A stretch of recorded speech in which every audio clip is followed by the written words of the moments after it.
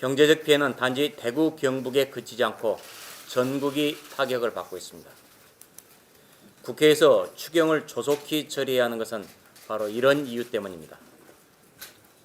가장 시급한 것은 꼭 필요한 곳에 꼭 필요한 만큼 집중 지원하는 것입니다.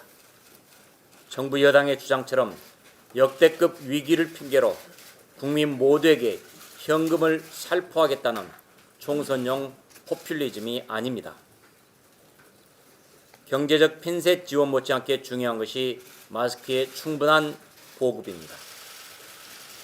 어린 자녀를 둔 학부모들의 고충을 해소해주는 일도 중요하고 감염병 치료 역량을 강화해 안타까운 죽음이 계속 발생하지 않도록 막는 일도 너무 중요합니다.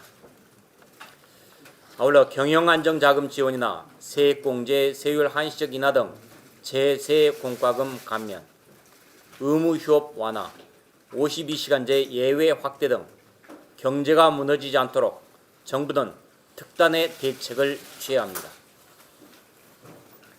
상황이 아무리 심각하다고 할지라도 밑빠진 독에 물 붓는 세금 살포로는 방역도 경제도 모두 놓칠 수밖에 없다는 점을 다시 한번 지적합니다.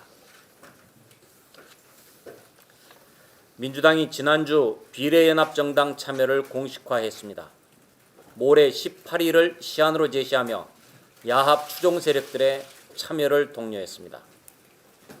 하지만 불참 내지는 소극적 입장을 고수하는 정의당과 민생당 상황을 감안할 때 비례연합정당은 사실상 비례민주당 창당이나 다름없습니다. 그런데도 민주당이 내뱉은 아무 말 대잔치는 가증스럽기만 합니다. 이해찬 당대표는 미래통합당의 반칙과 편법을 응징하겠다라고 적반하장을 부렸습니다.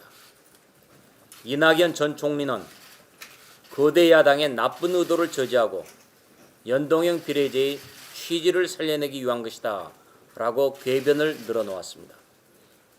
나아가 친문 핵심 최재성 의원은 미래한국당의 입법 권력 찬탈을 저지하자라고 억지를 부렸습니다. 민주당이 스스로 말 바꾸기를 하면서 비난의 화살을 우리 미래통합당으로 돌리겠다는 것은 참으로 후안무치합니다. 그뿐만이 아닙니다. 이해찬 대표는 의석을 더 얻고자 하는 것이 아니다 라고 억지를 부리면서 선거 후에 법을 개정하겠다고 했습니다. 소수당의 원내 진입 기회를 열어주는 것이 선거개혁이다, 정치개혁이다 라고 하면서 누더기 괴물선거법을 처리할 때가 언제입니까?